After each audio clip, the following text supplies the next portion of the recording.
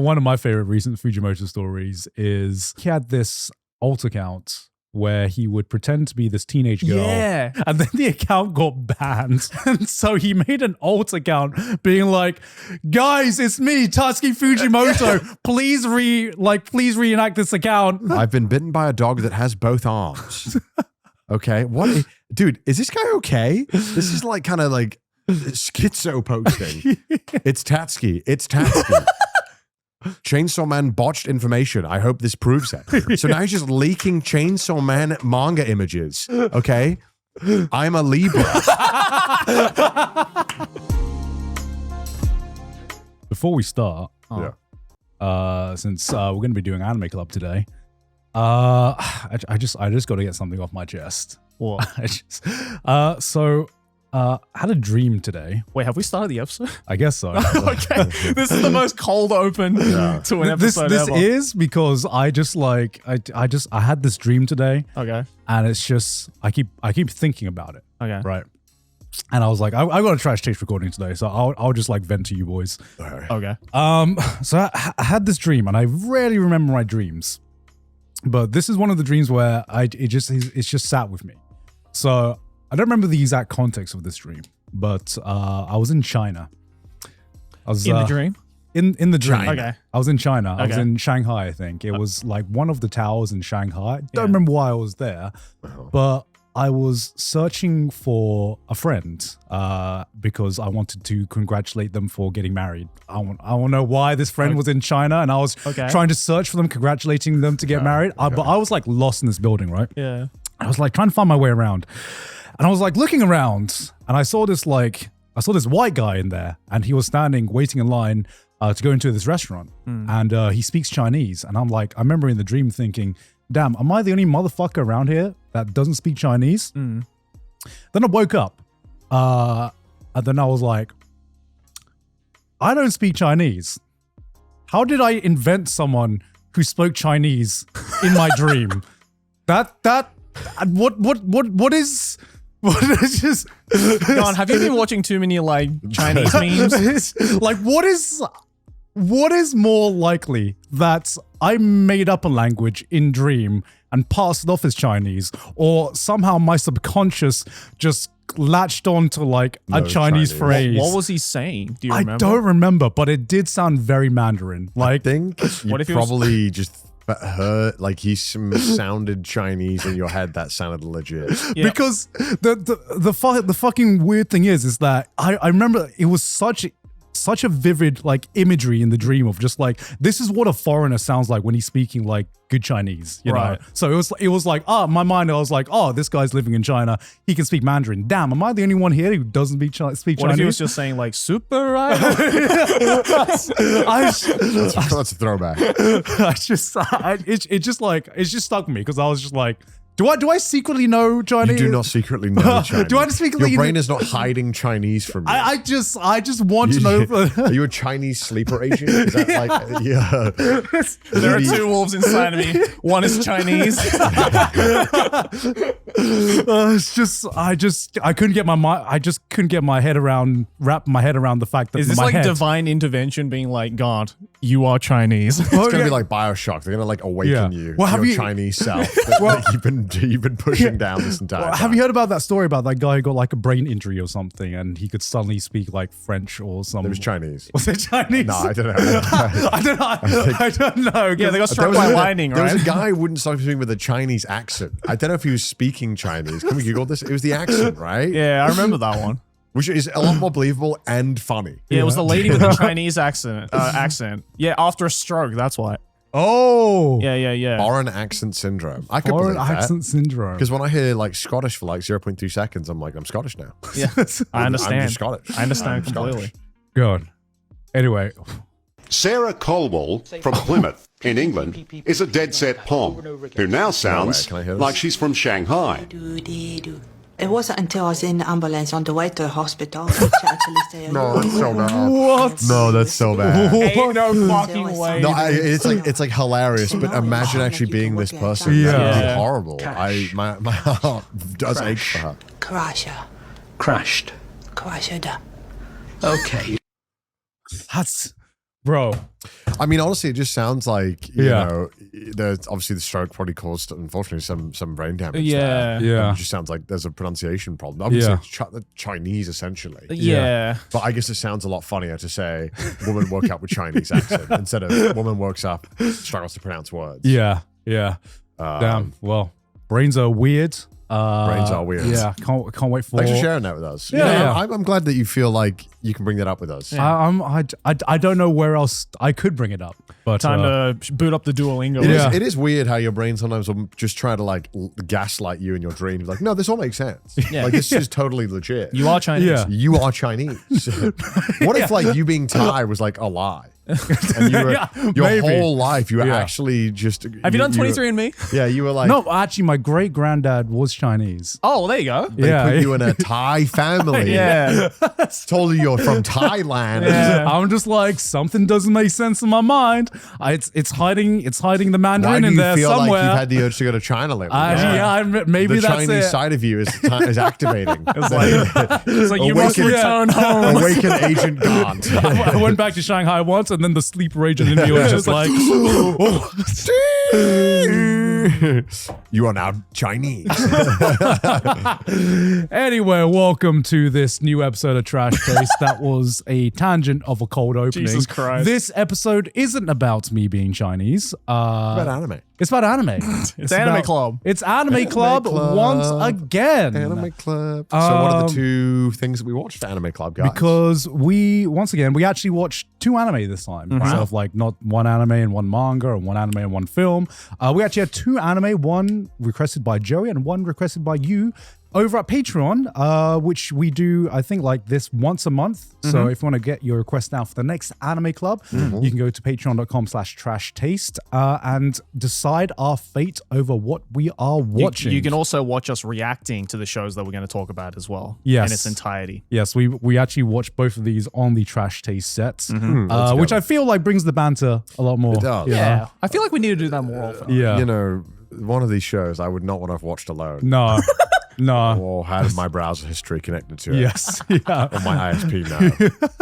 So I'm glad we watched it here in the office. Yeah. Yes. So the two shows that we watched was suggested by you over the Patreon. Is Tatsuki Fujimoto 17 to 26. We watched 4 episodes of that. And we also watched Kite, which was requested by Joey. Because he wanted to get us on the same list as he is. Apparently. Yeah. He wants to get us deported from countries, which is like the most banned anime ever. Yeah. Yes, technically speaking. Yeah. Yeah. Yippee. Yeah, I heard you guys had never seen it before, and I was like, well, you have to watch it. I mean, I'd known about it and I'd heard about it because Kite is, I'd say, infamous. Very much And it is an anime that, you know, a lot of people, if you grew up watching the kind of like 80s, 90s OVA boom, you would have come across Kite. Yeah, I'd say it's one of the most, like, namesake-wise, probably one of the most well-known OVAs from the 90s, Yeah. for better or worse. I did not know it came out that late. Yeah. Because watching it now and seeing some of the content in that, I was like, yo, this is some grungy late 80s, Yeah, it feels early like 90s metal shit. And I was like, this came out in 1998? Yep. This came out in Cowboy Bebop era? Yeah. It's just, Legit. I was like, okay, we must be on the tail end of this stuff then, because think so. yeah, I did not know that this came out just before I became an anime fan, basically. But it comes from a pretty, is he a famous director or not? I don't believe so. I believe he's like a veteran of the game. But he is pretty well known in some circles. He is, yes. And also the reason why we even started talking about this anime and why it came up was because we were in a bar and this guy was just playing this anime that looked insane. And I asked the guy, I was like, what is that anime? He's like, oh, it's Kite. And I was like, dude, this shit looks crazy. And then Pete read the wiki and then he put his phone on and he goes, great, now I'm depressed. Yes, this is a very depressing. So this is technically a 2-episode OVA, which came out in the late 90s. And as the name suggests, it is technically speaking, one of the most banned anime / hentai. I made a video on this about. Why is it banned, Joey? Why is it banned? Well, okay, so it's on Crunchyroll though, right? yes, but I believe it's the non-director's cut. I'm guessing what I saw, we watched the director's cut. We watched the director's cut. We watched the uncensored version. I like how there's one theme, and the theme is gore. Is gore. I mean, they're not wrong. Yeah, so this came out in the late 90s, and there are some scenes which we'll maybe touch upon in this episode.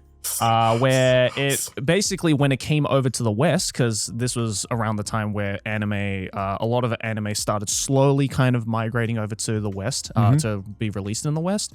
This is one of the few anime where a lot of countries, like the US and a lot of Europe, was just like, maybe we shouldn't show all of this. Yeah. Can we see the list of countries where it was banned as well? I'm just curious. Why do you keep talking about it? Yeah, I believe it was completely banned in the US. So the director's cut is 15 minutes more, and I want to remind you that it's only like 50 minutes. So it's like, and I still feel like in that 50 minutes that we watched, I had a lot of questions still. Yep. So it was banned in Norway, the United States. Yeah, basically, it's most of the United States and most of Europe, I believe. Fair enough. And I got to say, understandable. Yeah, it's understandable. Understandable. Yep. But essentially, the plot. Do you guys want to explain the plot of this?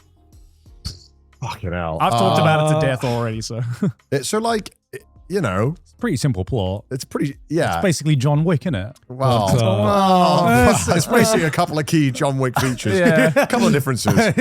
I mean, it you know, I forgot how it opens up. It opens up, and this girl is getting, who looks quite young, is kind of getting touched in this elevator. I forgot about that cold open. Yeah. Yeah. And then you're like, oh, I don't like this. And then this woman's kind of in the elevator being like, you're a disgusting pig. Stop touching this. Da, da, da. And then the guy. he's like a famous person as well. Yeah. And the guy's like, shut up, old woman. And like kicks her away. Like, it's quite violent initially. And then when he does that, the girl just pulls out a gun and kills this guy. And then you're like, Jesus, okay. But it's not just any gun. It's a gun where the bullets explode Yeah. on Yeah. impact. Yeah, I think I said in my reaction, it felt like one of the Psychopath guns where you see the impact and then you wait a little bit and then it just explodes in a full glory of blood and stuff. That's the first thing you notice. For some reason, the animation is ridiculous. It's phenomenal. The animation is, insane, especially during the action sequences. Yeah. It went crazy. Pretty much is, this is very reminiscent of the hypersexual, hyper-violent OVAs of the 80s and 90s. Right. I would say it goes even beyond that in some aspects because I've seen some of the OVAs and sometimes, during the gore scenes or the violent scenes, that's always hyper-violent. Some of the sex scenes, I feel like there's like a line sometimes of sex scenes being done tastefully. And, some things are implied. This one was right up of every hentai that I've seen. It was that explicit. It was just like porn at times. Yeah. There's using... I think that's probably understandably where a lot of the gripe and public scrutiny was against this was that, like, when you look at some shows that use sex, and especially sex when it's involved in, I'll just say the R word just so that we don't get it demonetized for 10 minutes in. Well, if 30 minutes in, I'll say it. But, when you use that as a tool for storytelling, it's a very powerful thing and a very controversial thing to use. So when there are points in stories where it makes sense, and of course we live in the real world. This is something that happens, and these are stories. You really have to use it like carefully as a filmmaker. When you're making these things, you can use it, but you need to know when to use it. And I think unfortunately when you show like a 5 to 10 minute long fucking scene, you're like, I don't know if you can argue this is for the story anymore. This is just like a bit weird and fetishy, and you're like, it's kind of hard to justify it being in there. But obviously it got cut out of most versions, and the story, I can't imagine it would make much sense without it. Yeah. But also when you're watching it, you're like, oh God, please fucking turn this off. Please end. Yeah. Please cut. I get it. Yeah. For some reason, it's so overly animated. Yeah. I mean, you'll see in the reaction, but there was this point Oh my where God. me and Connor were watching, and some of the sex scenes are used to establish that one of the bad guys in this is a bad guy. Very bad guy. Yeah. And there was a scene at the halfway point at the beginning at the first episode where what happens is the main girl is an assassin, and she has essentially been groomed by this older man who has murdered her family and basically raised her and groomed her. Well, one point that you have to make sure to point out is that this guy is a cop. And this guy is a He's cop. like the head of the Yeah. police department, but he's obviously incredibly corrupt. Yes. And yeah, so as Garnt said, like he brings on this girl called Sawa, who is our main character, basically kills her parents and then lies to her saying like, I will find the people who killed your parents, but you have to do a bunch of dirty work for me, which involves going around killing like some of the most abhorrent people in this society. Yeah, which And- everyone is abhorrent. Yeah, in this series, there's no one everyone good, bro. sucks. There is There's not no a one single good. good Yeah. person in this thing. But yeah, so obviously she's been controlled, very much so, and has no choice essentially. And so a lot of the show is her and this other assassin kid, Obudi, going around basically doing dirty work for these corrupt cops. Yeah. Yeah. And the action scenes that take place in both the episodes are I would say some of the most iconic 90s OVA action scenes. Yeah, I mean, I'd already seen some of these scenes just because they'd been posted online. Yeah. And Yeah. I mean, the action animation and just I hate to say it, but like the action and the action animation were both really well animated. Yeah. Yeah, they went a little too hard. Yeah. You're like, They went harder. yeah, They went like, hard. when they're animating it, you're like, why are you doing so much animation for this? Stop. It's like 60 FPS in this Turn this motherfucker. scene off. And yeah, like I think the big selling point of this and why I think it became infamous was just the animation is genuinely some of like the most insane animation you can get from the 90s, Yeah.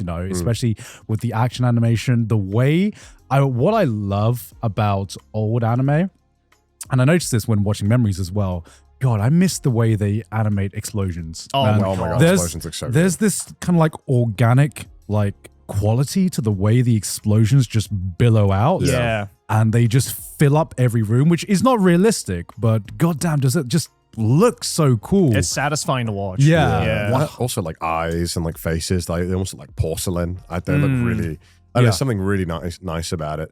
And it was so then obviously the scene where we start off, kills this guy in the elevator, and then it cuts to a room where the corrupt cop is just like naked, and you're like, okay. All right. And then she's like, I don't want to have sex. He's like, no.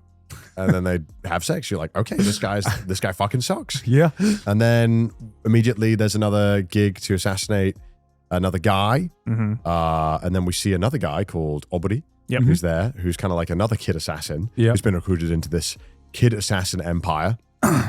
And he's kind of a newbie and has a hard time getting this job off. And Sawa helps him do it. And then they become friends.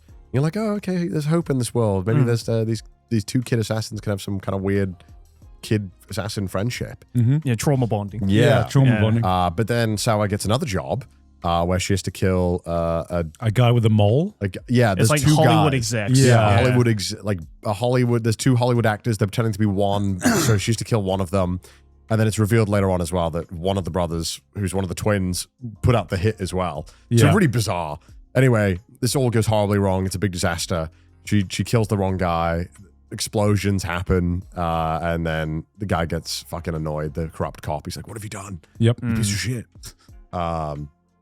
Anyway, and then it cuts to the next episode where they tell Oguri, the other kid assassin, they're like, "Hey, you need to, you have 3 jobs you need to do. You need to kill three more targets for us. Yeah. So go and kill the first guy." And he's like, "All right, okay." In the subway. In the subway. It's like, sure, got it. And they don't really tell you much about who these guys are they're killing. We never really find out what they do. Yeah, it's only like 50 minutes of like animation. Well, all they really tell you is They that say they're a bad guy. yeah, all they really tell you is that they're high-profile people in society who are behind the scenes doing shit that would get them on the Epstein list, essentially. Yeah. But it's also like not implied that it feels like at least that they're not trustworthy, the reasons we're being told a lot of the times. And you really don't know if they're killing people who deserve it, or not that anyone, I guess, who doesn't deserve it, who gets that say, but they're not exactly, it's not always clear who's a bad person or not. And it's also not clear who these orders are coming from or why this cop is doing this or anything is clear. Anyway, Oguri goes into the subway to kill this guy. And it's very quickly apparent that when he gets on the subway train that this guy's bodyguards, which they're like, okay, all right, what's going on? And then as he's about to go and assassinate this guy, the assassin is clearly not a guy to be trifled with, and he starts fighting back immediately and giving Oguri a tough time. But Sawa ends up helping him out and saves his life, and they kill the assassin whilst destroying the entire station of Takadanobara. Explosions and all. And then Sawa and Oguri are like, you know what? Fuck this. Let's just run away. I don't want to fucking deal with these bastards. They're the worst. So Oguri tries to kill the corrupt police officer who's been kind of in charge of everything. But unfortunately, he is a little too kind and doesn't finish him off quick enough, and it all goes badly. And then probably the worst scene in the entire fucking show happens, and I wish this was cut from our viewing, but the cop who's corrupt is like, you know what? You're a piece of shit. I'm gonna I'm gonna do it. I'm gonna do the NTR. I'm gonna do it. So he gets Sawa and he has they're in front of Oguri, and then is like, right, now after I've done that, I'm gonna kill you. And then Sawa's like, bro, what the fuck? That was fucked. Meanwhile, by the way, throughout this whole time, Akai, that's his name, the corrupt cop, is just like, oh man, for a second there, I thought you were really gonna fucking betray me. So good job on playing your part. So I was like, the fuck? Hell no. But it turns out she did. She did in fact betray him because then she kills everyone. She kills the head cop Akai and his henchman. And then you feel like it's going to be happy ever after. But unfortunately, as Oguri is just walking down the street, another child assassin out of nowhere pops him in the head. He's killed. And the final scene is Sawa waiting for Oguri, but Oguri's dead. And then we hear the door open, and then it cuts to black, implying that Sawa was unfortunately killed as well by another random kid assassin. So just like the most horrific vibes. It is depression for 50 minutes, essentially. It is. This episode of Trash Taste is sponsored by Shopify. Guys, it's a new year, and you know what that means? New Year's resolution. And you know what I want to do this new year? I want to start my own business. But you know what? I don't want this resolution to fall like every other resolutions. I'm actually going to follow through with it, which is why I'm glad we're partnered with Shopify. Shopify gives you everything you need to sell online and in person. Millions of entrepreneurs have already made this leap, from household names to first-time business owners just getting started. I see from my social media that some of you have gotten the barn merch I've sold earlier this year, and I'm so grateful because it was Shopify that helped me power that. Shopify gives you all the tools to easily build your dream store. Choose from hundreds of different beautiful templates you can customize to match your brand. Setup is fast with Shopify's built-in AI tools that write product descriptions and headlines and help you edit product photos. Marketing is built in too. Create emails and social campaigns that reach customers wherever they scroll. As you grow, Shopify grows with you. Handle more orders, expand to new markets, and do it all from the same dashboard. Hear your first this new year with Shopify at your side. In 2026, stop waiting and start selling with Shopify. Sign up for your $1 per month trial period and start selling at shopify.com/trash. That's shopify.com/trash. Go to shopify.com/trash. Back to the episode. But there's so much to criticize this film and so much to argue about why it's fucking awful. But there is some really cool things in this thing. Yeah. The animation is stunning. The world is so interesting. Yeah. They managed to set up such an interesting world within the space of 50 minutes. Yeah. That wants you to ask a lot of questions and wants you to wonder how the fuck this world got to this kind of assassin for hire. Everyone's an assassin. There's so much killing going on, so much corruption. Yeah. You know. Well, it very much is reminiscent of a cyberpunky world without the cyberpunk in it, you know? Yeah, it's very much just a grungy metal vibe where anything goes. You are on a train and it could like blow up any second because two people are like beefing with each other. And everyone is corrupt. Everyone breaks the law, and everyone's a fucking child molester apparently as well. It is that kind of world, and you know, I feel like it was just an excuse just to create this world where the animators could just animate some cool fucking action, cool gun scenes, cool explosions, and some sex in it as well. Yeah. Because like I was saying earlier, I am not surprised that, especially this coming out in the late 90s, that this did get banned. Because, you know, we were talking about how there are some shows I've seen where, you know, you have to use sex as a way to progress the plot or characterize some of the people. And they do use that in Kite as well. You know, obviously they want to characterize the main cop as being a very, very bad person. And there is this one moment in the reaction where me and Connor were just like, damn, I don't know why this is banned. Like this sex scene is actually important for the plot because it characterizes how it doesn't make sense. How terrible this man is. How terrible this man is to not only kill this girl's parents, but to just fucking groom her, assault her, Control all this her, kind of shit, right? And then it keeps going. Yeah, that was the problem, right? I think that's like watching it. It's like, you know, they established the story point of these like sex scenes within like 5 seconds. Yeah. And you easily could have like, it was completely unnecessary to keep it going. And after it kept going for like another 30 seconds, you're like, okay, they clearly just wanted to animate this. And it's hard to defend this. It's like, it's hard to argue this has a place. Right. So, I mean, it's completely understandable why they're getting banned. Yeah. And so it's just like hard to argue for the show. It's hard to argue that like it's a good show. I will say though, You know? I will say though, as much as I agree, like a lot of the scenes, were definitely dragged out and were pretty unnecessary. I am glad to know that you guys also agree with my point that there are certain sex scenes in this film that are pretty pivotal to understanding the story. I mean, it's a fucked up world, and like unfortunately in this world, like that's a strong like using sex and grooming and all this stuff is unfortunately an aspect of this world where they use that to control people, manipulate people. This happens in the real world. Because I've seen too much criticism of Kite where people are just like, oh yeah, they did a good job in like just getting rid of all of the sexual scenes. And I'm like, well, no, because if you actually watch like the censored versions, there's multiple versions of it.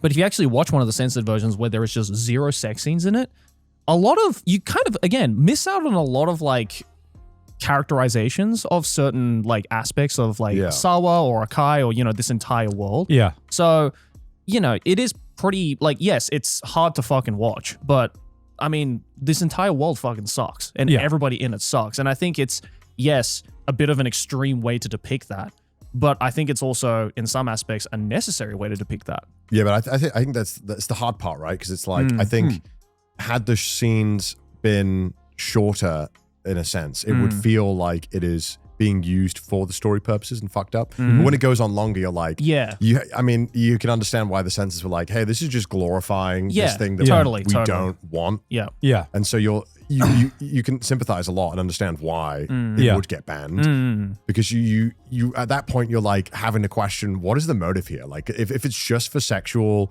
gratification of whoever is watching this, then it's like, yeah, maybe we shouldn't have this. Yeah, for sure. This should probably be cut. Do you know what it gave the vibe of? Because I feel this is like all speculation, right? But it gave the vibe of just, you know, they needed to, this was back in the days where physical media sales was still a thing. Right. Like, you know, there are... We have sex scenes in this. Yeah, exactly. Right? It's, I mean, there's to sell, man. Sex sells, man. It's like we want to make a normal action anime, right? But we need something to push the boundary to sell those Blu-ray, sell those DVDs, sell those VHSs. And that's kind of what it felt like, where it was just like, okay, we're adding these sex scenes in there and we're trying to make them plot relevant. But we also know some people are just going to buy these, like people just for the infamy of it, you know. And that's kind of what it felt like. I mean, No, the for 90s sure. as well, definitely. You'd be like, hey, man, have you seen this? Yeah. You gotta watch this Exactly. video. Crazy thing from Japan You I gotta found. buy Yeah. it. Like, Yeah, because this was on the tail end of when the internet was kind of becoming a thing. Mm-hmm. You can always, you know, readily get this kind of content and get this high quality content. Like, imagine you're in the 90s. Internet's just starting to become a thing. It's like, you can't stream yet. You can't do anything yet. But you're like, yo, I heard this like one show has like a 5-minute sex scene and it's like really well animated. You're like, shit, bruv. All right. And it's got a plot. Yeah. I mean, I think what's most surprising about this anime and the history of it is that there was a live action. That's crazy. Oh, yeah. The fact, and obviously Samuel Jackson is a pretty outspoken anime and hentai fan. So it's not surprising that he would kind of jump on this, because I imagine if you're really into film or like animation as a medium, that you probably like watched this show at some point just because it feels so relevant to the history of anime and OVAs. So there's an interesting story behind this, actually. Not only is Samuel Jackson a massive fan of Kite, but also Quentin Tarantino, unshockingly. That doesn't Surprise me. that doesn't surprise me at all. Actually, it feels very Quentin. Yeah, I Yeah. saw on Wikipedia, actually, that apparently Quentin Tarantino took Sawa's character and used it as the main inspiration for the Gogo Hibari from Kill Bill. Oh. Remember the Japanese girl with the giant yeah. thing? That apparently he made Kuriyama Chiaki, the actress, watch Kite as the biggest inspiration for it. And I read that and I'm like, yeah, that makes sense. This definitely seems like a Samuel Jackson, Quentin Tarantino type of show that they would enjoy. I think the difference is Quentin Tarantino would probably find a way to more imply some of the stuff of the backstory instead of be like, Yeah. here you go. Yeah. You know, and I think that's like the key difference of a story like this, of how perhaps it's a more you can touch on these themes and maybe how you'd probably do it in the modern day. Yeah, exactly. Because I think it would get a lot, like you couldn't do this today. Oh, no. Because people would be like, why did you show that? Like, you could just imply it through a number of different story things. Yeah, you know? I mean, who's the director of this? Because what else have they directed? Because I know Mezzo Forte. Yeah. Because Mezzo Forte Umetsu was Yasuomi. What else have they Yeah, directed? Umetsu Yasuomi, who just released a film Madoka this year. Magica? Oh, it's key animation. Yeah, but no, he just recently released a film. I believe it's Virgin Punk. Oh, and yeah. that I've came, heard things that about came that. out this year. Yeah. Or was it last year? But it was either this year or last year. Damn, this And- guy's got a fucking Yeah, Yeah. he's an OG, yeah. bro. Yeah, this guy's he's been a legend. Yeah. He's been in the industry for a very, very long time. Search up Virgin Punk. It should come up. I have actually been meaning to watch this because a friend of mine was like, I don't know how Yeah. they released Whoa.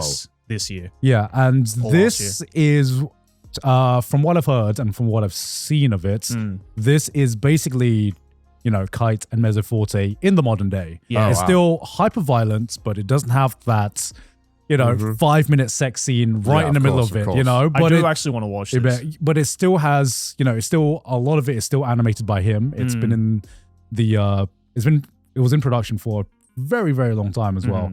Oh, Shaft. Wow. Yeah, Studio Shaft, and the animation of this looks insane. Yeah. And if you are probably like looking for that kind of like old school feel of just some of the gun action and some of just the hyper violent, you probably would enjoy this one. Without the sex scenes, because I feel like the sex scenes was just a big way to sell DVDs For sure, yeah. back then. To my knowledge, I've seen a fair amount of OVAs as well from the time and the time before. And there are OVAs that have shit that is as bad or worse, I'd argue, but maybe because the world or the story isn't as compelling, it's not discussed as much, I feel like. Potentially. I don't know. I feel like, okay, I've seen a lot of like 80s and 90s OVAs. Yeah. A lot of it is just like the most, whatever kind of like shows that are very forgettable. Yeah. But the ones that are memorable, like for instance, Genocyber or like Violence Jack or any of those, they kind of almost overdo the violence and the sexual themes to the point where you can't really take it as seriously. as say something like Kite. Yeah.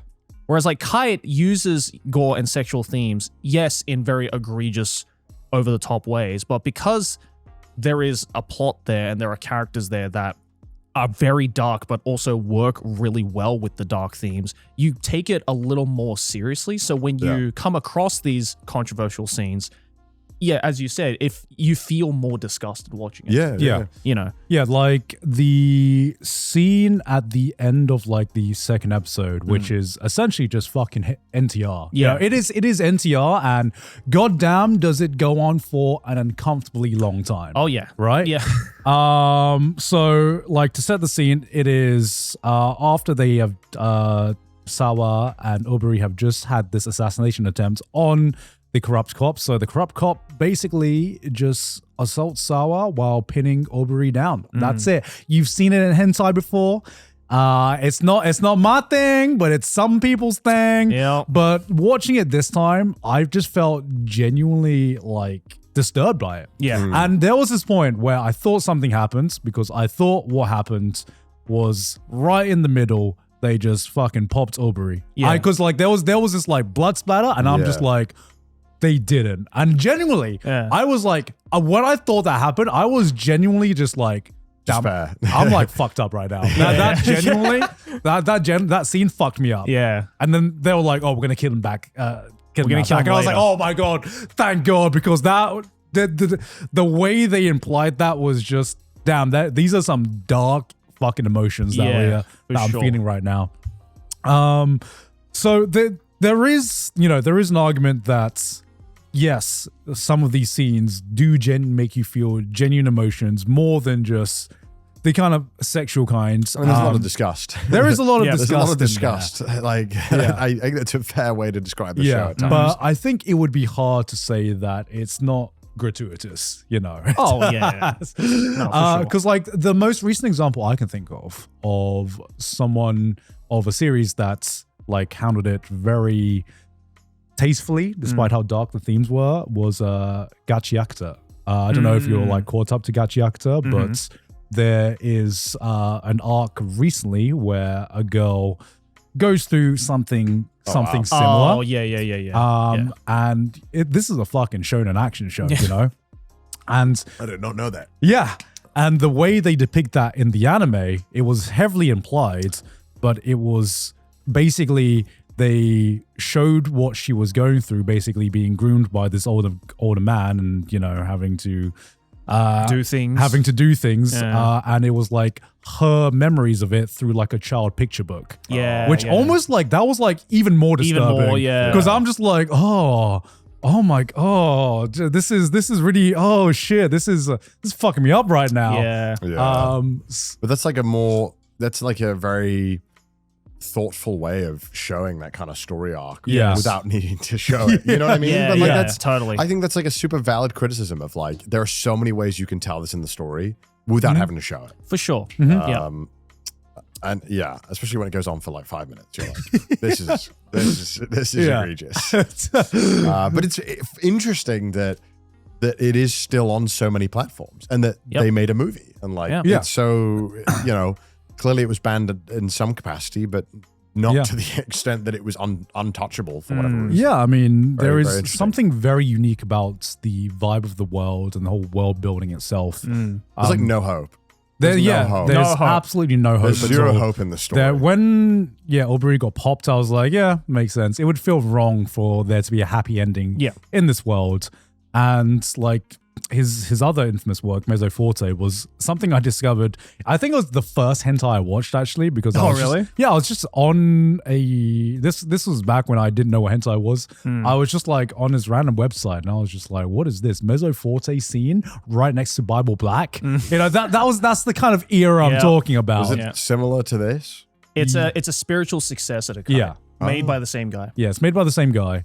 If you search up Mezzo Forte, you'll like recognize his art style immediately. Yeah. Yeah. Very, very. Also really good. Yeah. In my opinion. Seems to be rated a little higher. Yeah. Yeah. Seems a very similar story. A young woman and a mercenary for hire. Yeah. Well, Sawa actually appears in Mezzo Forte. Oh, okay. Yeah. Yeah. So This one also has a hentai scene in it. Yep. But the action is also really, really fucking good. And it's just cool gun action, very metal, hyper violent. And this is just something you don't really get to see anymore. I will say one of the most underrated aspects of Kite and also Mezzo Forte as well is the soundtrack is so fucking good.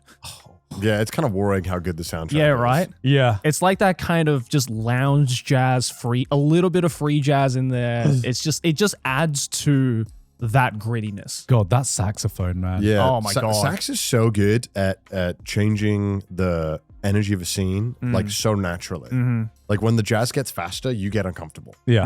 But it happens so naturally that you don't even clock it's happening and you start feeling uncomfortable and you're like, oh shit, the jazz is getting faster. Yeah. Like Totally. it just kind of happens. Also with Kite, I will say another aspect that I thought was really good was obviously the animation is really good, but also the cuts are really like clean and very artistic in a lot of ways. Like there are a lot of transitional scenes from one scene to another, which are I think they're called direct frame transitions, where there would be a movement of something and it would transition into the movement of another object. Yeah, I think very seamlessly. You're talking about a match cut. Match cut, that's it. Yeah. Thank you very much. Yeah, and that's the sign of like just great fucking storyboarding because obviously it's like this stuff has to be planned out in like the storyboarding phase, and I think Umetsu did the storyboarding for both of them as well. Yeah. So, you know, it's the sign of like a really good director and a really good storyboarder because, you know, on a directorial kind of like as a directorial piece, this was really well done in a lot of scenes. The action was fucking insane. Yeah. Like there is, you know, this is like some of the shit where you hear your dad describing when he talks about the action scenes he grew up with. Yeah. Bro. I think my favorite scene out of from Kite was the scene where Sawa is falling down with the guy she tried to assassinate, and they fall down, and then they fall down on top of A car. they like fall a walkway. They fall into this walkway which falls onto this car. The car breaks through the car breaks through this bridge to fall on a truck, and the truck falls onto the subway, and then Sawa's hanging on, and then a sign from above falls past Sawa and hits the truck and just explodes the truck, and she flies through a window and lands on a bed and has like one scratch on her, and I'm like, this is just fun, man. Yeah, this is sick. It's like Looney Tunes. Yeah. This is some Looney Tunes-esque action scene, but it is just awesome. You know, it doesn't need to make sense. Just good dumb fun. Yeah. Also, one of the random things that happened is one of the guys she tries to assassinate is just randomly like an American or something, speaking perfect American English. Yeah, it was like perfect English. It's the Hollywood actors. Yeah. I literally thought we cut to the guy speaking, and I thought we just randomly switched to dub for a second because I was like, this is really well done for a 90s dub. For sure, yeah. What else is the main voice actor for Sour voiced? I'm just curious. Like, what do you Yoshida what do you do Konami? after that? She was in kind of Mezzo. stopped. Yeah. Yeah. She was in Ray Earth. Yeah, Magic Knight Ray Earth. So a Interesting. lot Mahojin of Guru Guru, Bastard. Yeah, a lot Too of Hard, 90s. A lot of OVAs. Yeah, kind of stopped doing stuff. It seems Yeah. like interesting. Too hard. Well, she's got a lot. Saint Seiya. Yeah, she's been around quite a bit. Oh, I mean, I think she stopped mid 2000s, but she I also saw she has a small role in One Piece as well. That's so funny. yeah, she has done a lot. Yeah. Yeah. Interesting. I mean, she's a good voice actress. Yeah. Yeah, did a great job in this. Yeah. So my question is, did you guys like it? I like aspects of it. Yeah. It's okay. I mean, the Yeah. plot isn't anything to write home about. Let's be real. I think it was just a cool way to show cool action, and it is kind of like a time capsule of Yeah. I think it's an incredibly fascinating timepiece in anime because there wasn't really there hasn't been anything like it since for obvious reasons. But also you can see that directly or indirectly, how this inspired a lot of other anime. Yeah. Especially like a lot of the action choreography, like just the whole concept of like, girls with guns, like, because that was a huge thing in like the 90s and early 2000s as well. Yeah. So it's fascinating, I think. I put this in the genre of this is one where you pop an edible and then you just turn it on, man. You know what I mean? This is an edible show. I mean, that's why that guy in the bar was playing it in the background. Yeah. It was like vibe setting. It wasn't, There's, I mean, as cool as the world is, and we get crumbs of a really interesting look into a very corrupt world. It is a shame that the story is just, it's aight.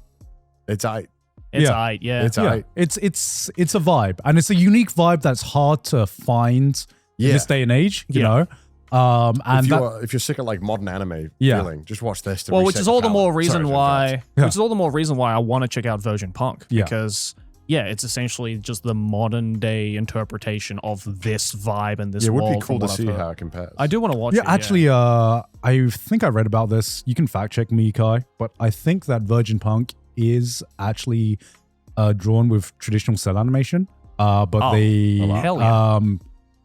put it through the composition is put through modern computers, right? So the computers are is it? I don't know if it is. Well, internet, you can fact check me on this. Is it just one episode? Or it is just one episode. It's a 35-minute movie. Why do you say that there's present, like it's still ongoing? Because I think it's multiple parts. Because I think it's released kind of similar to like an OVA. An OVA. Wonder if that'll work in this day and age. Yeah, it's going to be interesting. Yeah, but it is Umetsu who directed this one as well, and it's his first one for a very, very long time. But I've really, really wanted to watch this as well, just to see. I unfortunately missed it in cinemas. It was in cinemas? Yeah, it was in cinemas. Damn, they do 30-minute showings? Yeah. The ads must have been longer. But, I mean, I feel like just because you can't get away with DVDs nowadays, Blu-rays nowadays, exactly. This is kind of what they have to do, because I think it aired with a documentary. Okay. So basically, just basically what I did with Ban, basically. Matt Shelley of the Japan Times says Clockwork Girls is exactly what you'd expect, considering Umetsu's past work. That's all I need to hear, baby. Yeah. Hell yeah. Well, I'm glad you guys got to experience it, because this is a hard one to recommend to the average anime fans. I mean, we've covered some weird shit on this show. Yeah. And I like that we can watch shit like this and actually have a discussion about it, because it's hard to have that discussion anywhere else. It's hard to navigate that discussion in the modern era of the internet. feel like now there's a part of me that's fighting between the urge to get us to watch the live action. Oh my God. I'd rather watch the fucking Mezzo, whatever the fuck. Mezzo Forte? Yeah. I mean, who knows? Maybe the Patreon can pick. I just have like one criticism, right? Did they need to make their dicks that big? Yeah. Weirdly, in all the sex scenes, their dicks are like 15 inches. Like genuinely 15 just hogs. I'm like, I get he's a bad guy. Did you need to give him a fucking horse cock as well? It's ridiculous. Come on, man. At least give him a micro penis, you know? Like, the bad guy should have a micro. He should have a micro penis. That's all I'm going to say. Yeah. It was every dick was just comically large. It was huge. You know? Yeah. But there you go. That was Kite. That was Kite. Give it a watch if you're brave enough, or you can watch us reacting to it on our Patreon. But the weird train has not ended, because today we are just going on weird vibes, because we watched 4 episodes of Tatsuki Fujimoto 17 to 26, which was recommended by the patrons. Yes, which for those of you who don't know, Tatsuki Fujimoto, creator of Chainsawman and Fire Punch, he released essentially an anthology of short stories that he wrote between the ages of 17 and 26, as the title suggests. All works before Chainsawman. All works before Chainsawman. A lot of them before Fire Punch, if I'm not mistaken. Yes. Because I think he wrote Fire Punch when he was like in his early 20s, if I'm not mistaken. He was Yeah. very young when he wrote Fire Punch. some, I believe some was before Fire Punch, some was after Fire Punch, but before Chainsawman. And it is animated by 8 different teams. And we watched episode 1, 2, 3, and 7. Yeah. Because they're all self-contained short stories. Yeah. And I thought that was, I mean, I have watched the entire thing. And all 8 shorts are just so vastly different. It was hard to choose 4 to watch. I mean, if you want to get the full experience, watch all 8, because one thing I really respect about this and really like about this anthology is a lot of the times when you have an anthology series, everyone agrees, okay, these are the best. You know, these are the best ones of this collection. Watch these ones. These ones are like And I thought that would be the way for this one as well. But like everyone I've talked to and what I've read online is everyone has different favorites and different things that they like. And I think that's just because every short is so vastly different that explores just such a different idea. And all of the, like, some of them are completely different genres as well, as you probably like came to realize.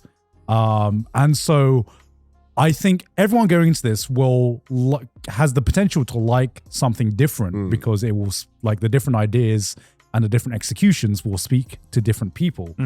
But we watched number 1, 2, 3, and 7. A couple of clucking chickens were still kicking in the schoolyard. Sasaki Stopped a Bullet, Love is Blind, and Nayuta of the Prophecy. Should we briefly go over the plot of? I mean, we can go over them one by one, but first off, I wanted to know which one was your guys' favorites. I think my favorite, honestly, might be the first one. You have the first one? Yeah, couple clucking chickens. Yeah. It's hard though. For me, it's a tie between that and Nayuta of the Prophecy. Yeah. I liked Love is Blind a lot. Yeah, Love is Blind was good too. really It's hard. fun. I enjoyed all 4, to be honest. Yeah, right. For completely Okay. different reasons. Okay, here's the weird thing. Initially watching this one, I was like the most lukewarm about Sasaki Stopped a Bullet, right? But I have made a video on this, and then I rewatched all of them. Yeah. And when I was writing about it and thinking about it, I was like, damn, I cannot stop thinking about number 2, Sasaki Stopped a Bullet.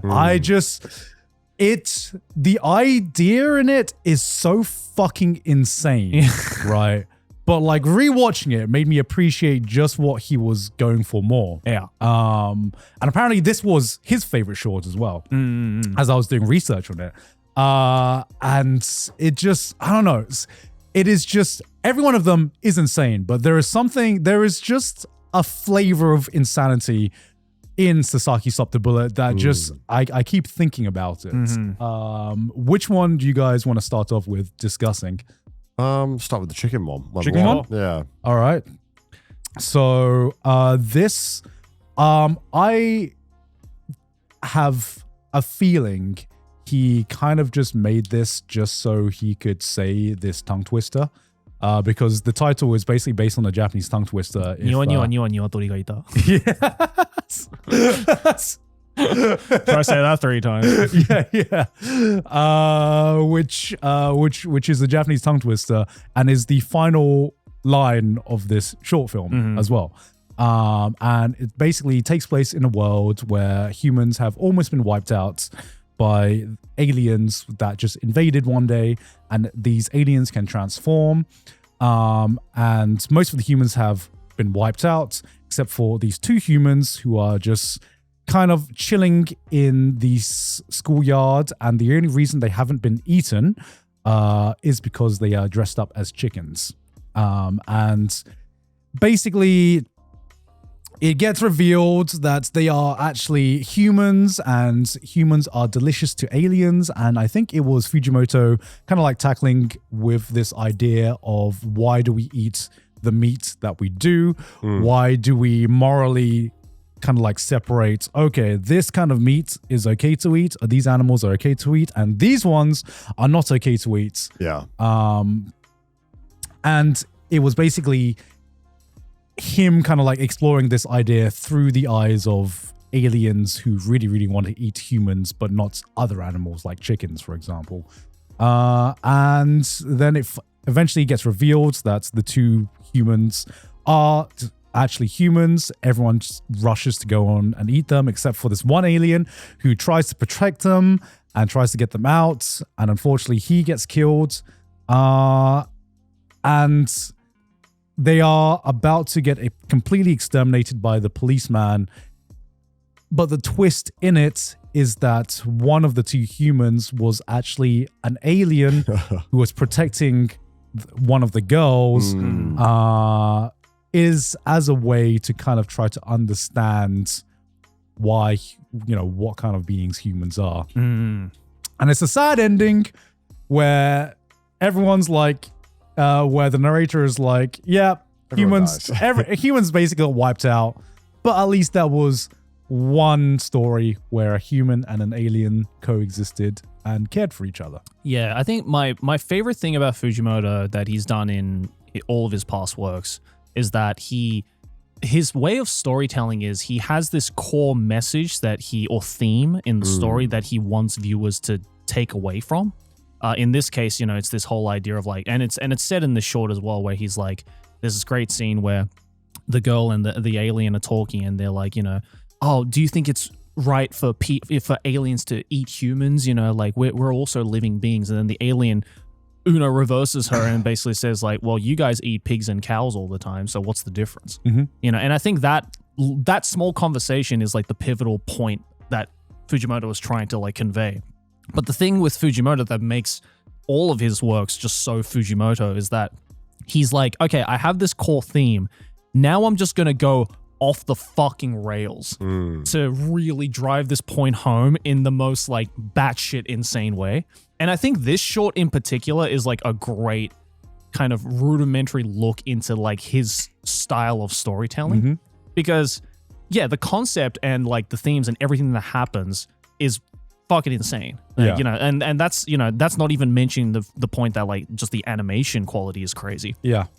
But it's what really gives that like kind of Fujimoto-ism that is just so instantly recognizable.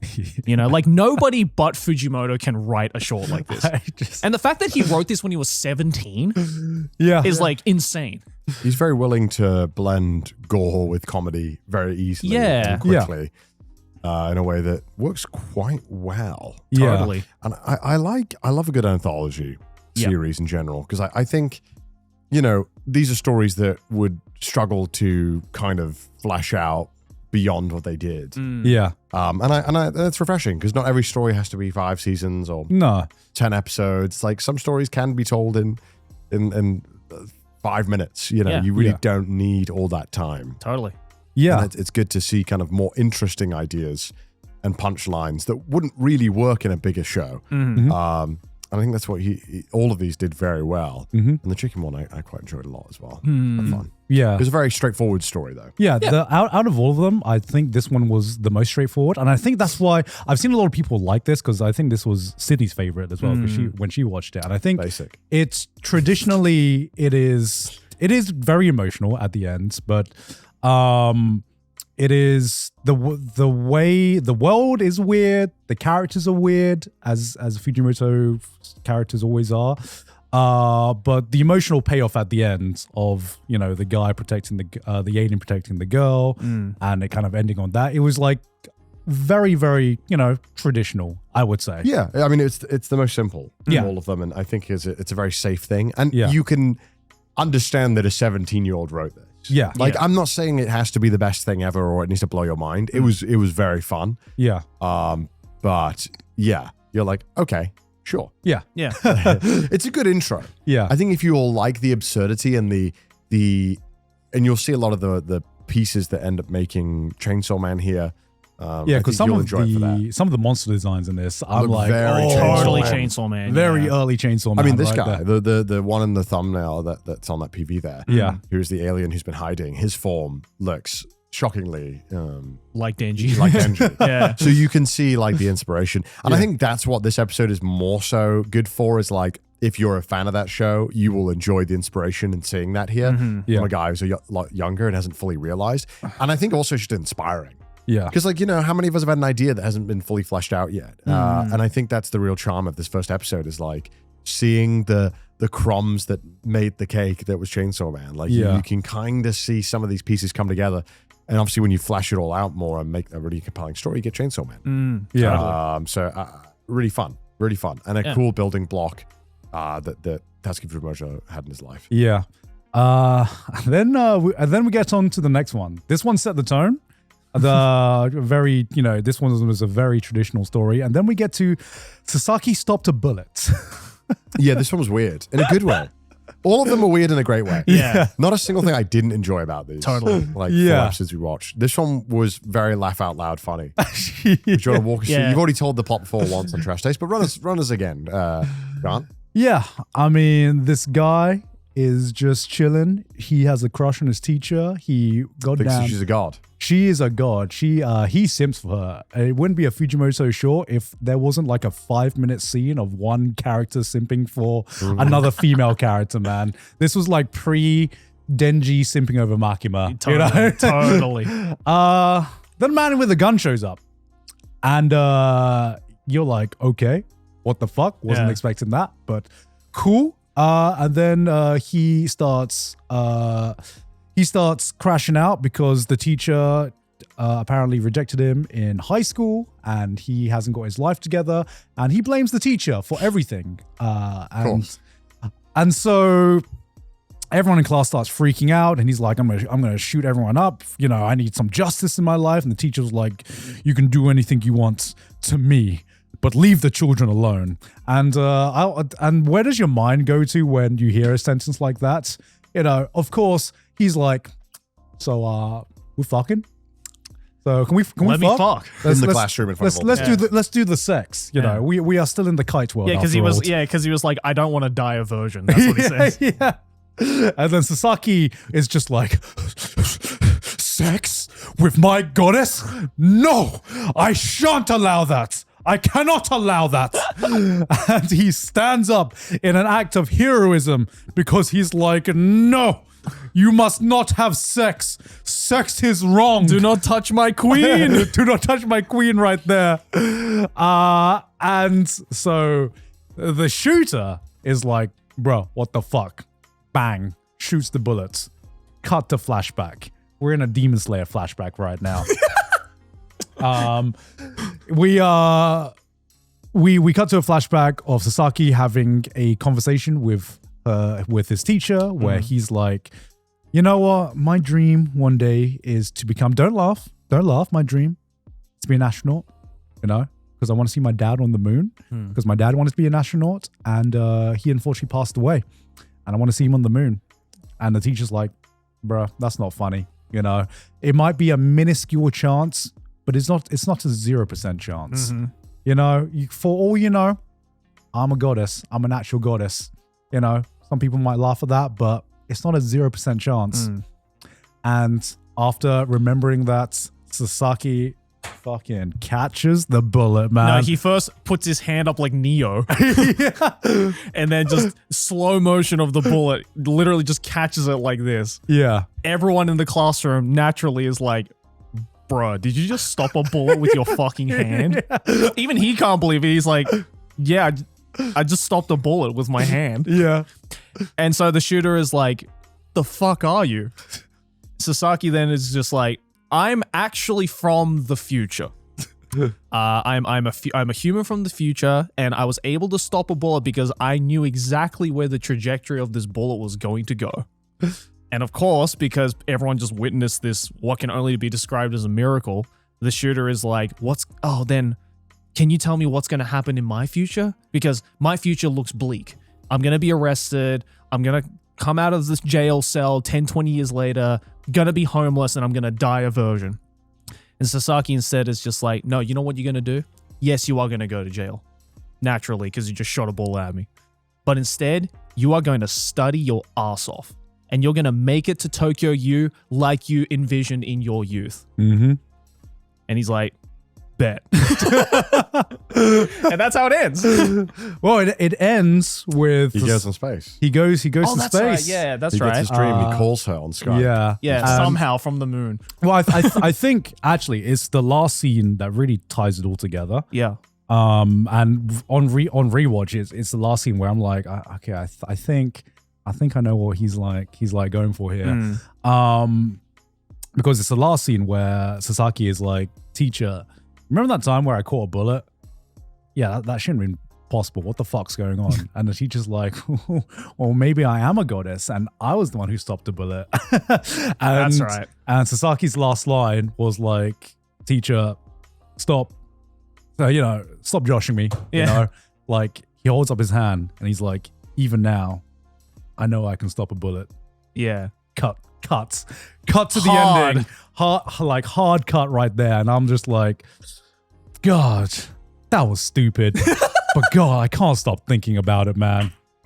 So, I think this was like Fujimoto's way of just, telling you that no matter what, you should never like give up on your dreams and aspirations. Yeah, nothing is impossible. Yeah, because if you don't believe you can do the impossible can never happen. And I think that's a pretty awesome fucking message. Totally. How he chose to portray it is the only like there is a traditional way to portray that kind of idea and that kind of feeling. Yeah. Only Fujimoto could think up a way to portray that feeling in this way. Totally.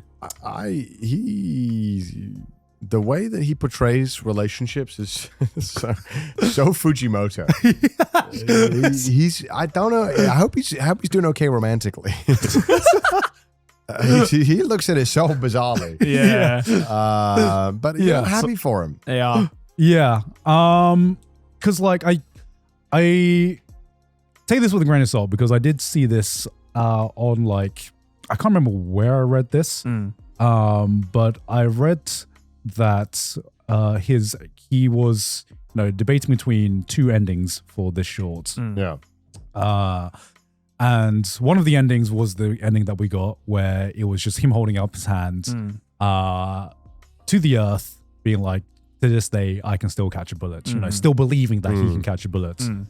I think the other ending he had was he was still standing on the moon and he would hold his hand up and it would be against an asteroid. Oh. Implying that he could stop an asteroid. Right. And I think the idea of that was that, damn, that panel would have gone fucking hard. Oh my God. Yeah. But like it's still that same like idea of just, never, no matter how impossible it is. Never doubt yourself. Never believe that it cannot be done because the chance is not 0%, Yeah. And yeah, it just writing about it and rewatching it, like it didn't really, I don't think I really like understood it when I first watched it because it's just so out of pocket. It's everything about this short. It's just out of pocket.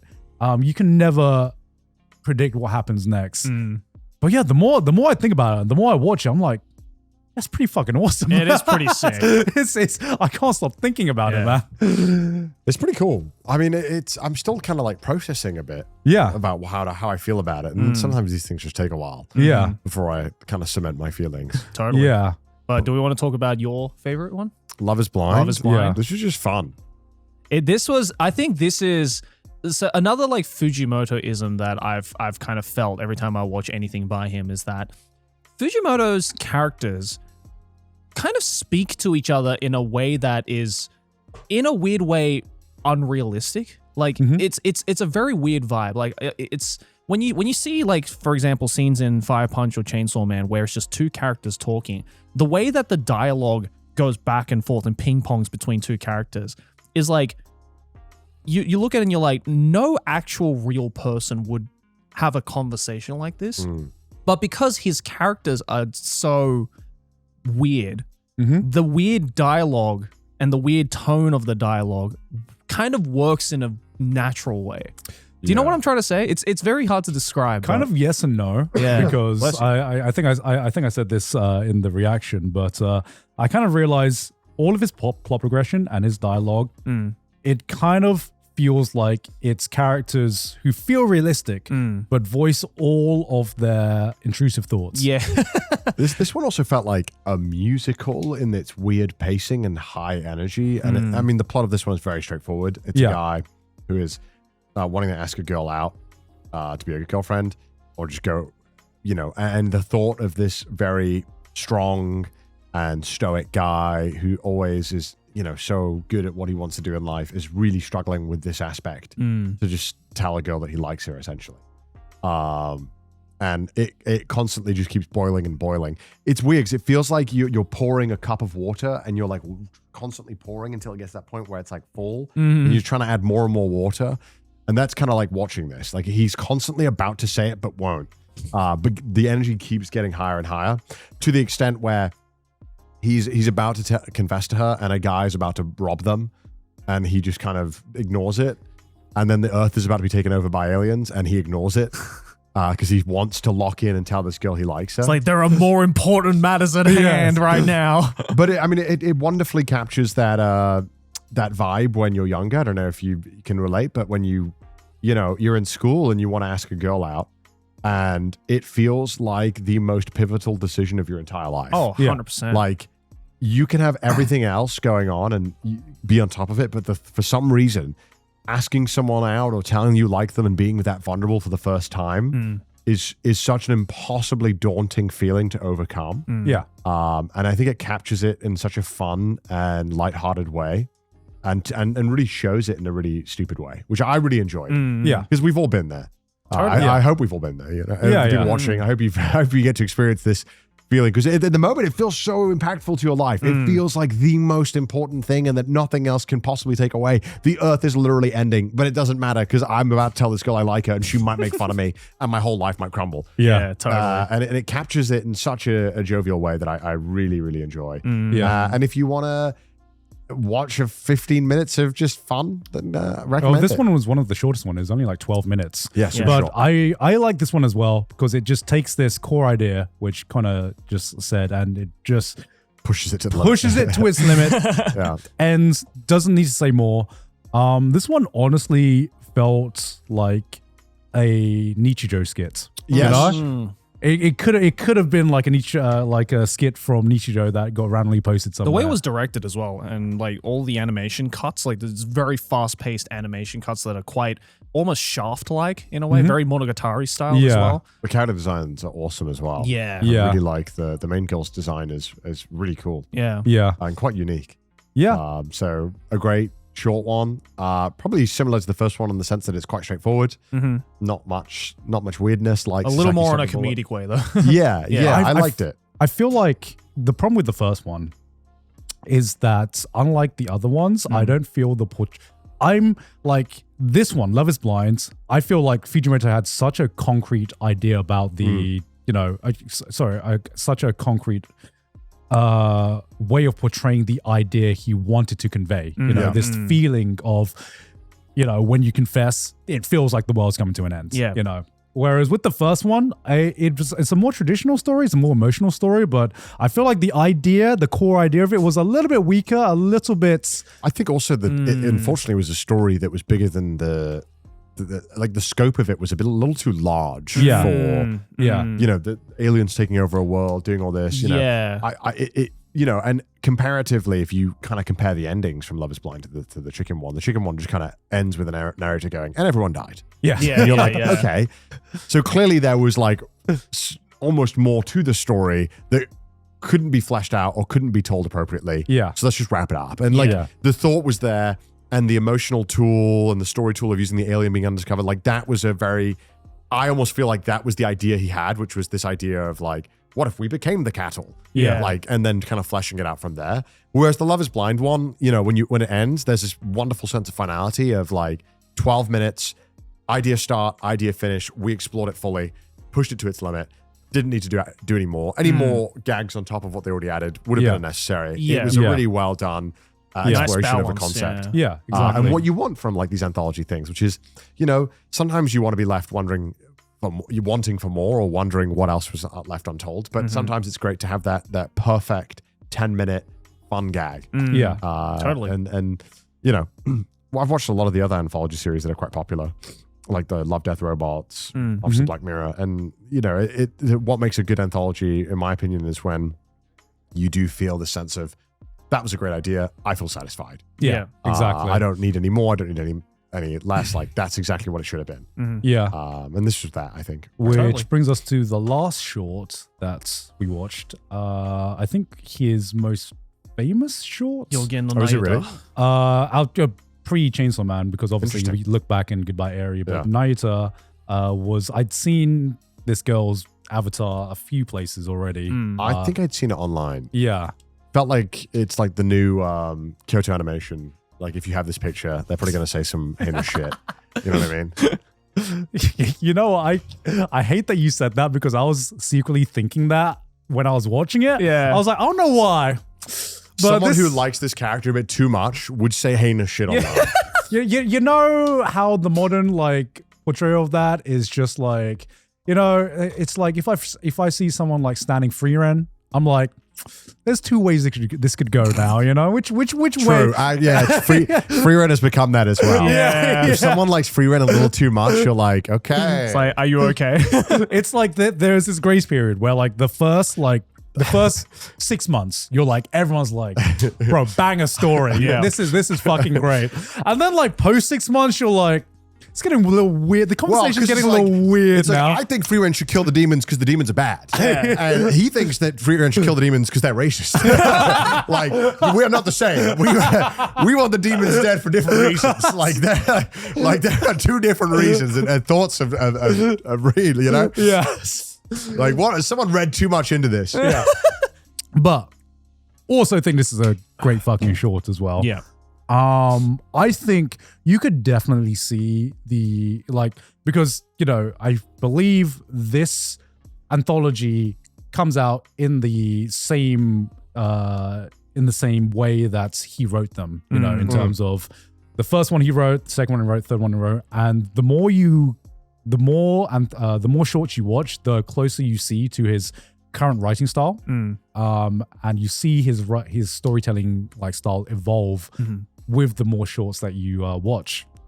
I think Nayuta, you can definitely see shades of, you know, Chainsawman and the kind of like way he presents stories, which we are more we're more familiar with right now. So we should talk about the plot of Nayuta. Sure.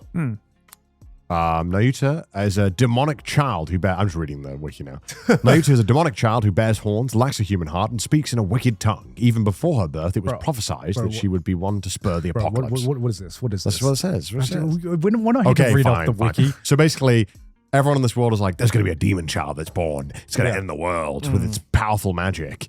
And people are like, nah, it's not going to happen. And then it happens. A demon child is born. And obviously, because it has horns, it unfortunately kills the mother when giving birth. And then everyone's like, wow, this prophecy actually might be legit. Because a woman was killed and a child was born with demon horns, and the child also doesn't speak English. Well, no, it doesn't. Doesn't speak English? This child's speaking Japanese. What the fuck's up with that? No, this child is trying to speak words, and it seems to have some sense, but every single word that it utters is like bomb. Blood, terrorist, guts, bombs. Mass genocide. Yeah. You're like, what the heck? This is like the child learned how to speak from browsing crime. X. Browsing X for 5 minutes. It's like, you know, when parents play like music to their child in the womb, they're just playing true crime. It's like, yes, honey. Yeah. And then her legs were cut off. Listen to what you're gonna like, honey. And so obviously the world is like, hey, we should probably get rid of this demon child. Yeah. And then obviously Kenji, who is Nayuta's brother, is like, this seems a bit odd. Everyone seems to hate us, Dad. And Dad's like, don't worry, mate. It'll be fine. So Dad goes outside and gets killed and stabbed. Yeah. And then Kenji's like, shit. But I'll just take care of my sister because she's my sister. You know, I can't leave my sister out to dry. You know, I can't let them kill her. Yeah. She's family. You know, and he somewhat raises her and is there for her. And she constantly kills like rats. She just can't stop fucking killing. She kills. Yeah. But everything in this world is like a hybrid animal. So it's like the rats are the cats are like bunny cats. Yeah. The rats are like have wings. And anyway, she just keeps for some reason decapitating them and throwing them at Kenji's white shirt, which you're like, God damn it, it's a white shirt. Every time. He hasn't learned. It's the way he just walks in every time and she just goes, blah. You know, and Kenji's also like afraid of Nayuta because she doesn't speak words, keeps decapitating animals. Eating them as well. Eating them, Eating these decapitated animals. And he's like, dude, can you please just like be fucking normal? He's trying Can you just eat my sandwiches, he please? keeps trying to get it to be normal. Then it starts escalating. One night she goes out and decapitates a field of cows and flies them back to their doorstep in the middle of the city. And obviously people are like, bloody hell, what the fuck is all of this? Why is there a bunch of decapitated fucking cows in the street? Yeah. That's a fucking demon child right there. Yeah. And I think, rightfully so, everyone's kind of clocked on now. Yeah. She might be demonic. But there's also magic in this world, and there's other parties involved that are like, don't worry about it. She may have magic, but look, we've got a mage here, and he can only make a tiny little dagger. They're fucking useless, these mages. We got nukes and shit. Quite frankly, I'm not concerned with that. We can fight up against it if something happens. Yeah. But obviously, when people see these cows being decapitated, everyone's kind of like, bruh, this is getting out of fucking hand. Someone needs to pay for this. Yeah. So Kenji's like, I'll pay. I did it. And everyone's like, Kenji, bro, you didn't do it. Don't be silly. And he's like, no, I did it. I did it. I want to take the heat for it. They're like, all right. So Kenji gets beaten up. Comes back, and Nayuta sees that Kenji was beaten up, and she goes fucking ballistic. Goes to Shibuya Scramble, unleashes her apocalyptic magic. Turns out she did have the magic that could end the world. Yeah. She went full Gilgamesh on that shit. And Kenji's like, bro, what the fuck? I just took a beating for you. Yeah. Are you gonna do this? So Kenji goes to Shibuya Scramble, and he's like, bro, stop. And then as he's about to stop her, he keeps getting these flashbacks, being like, wait, she wasn't trying to kill all these random animals.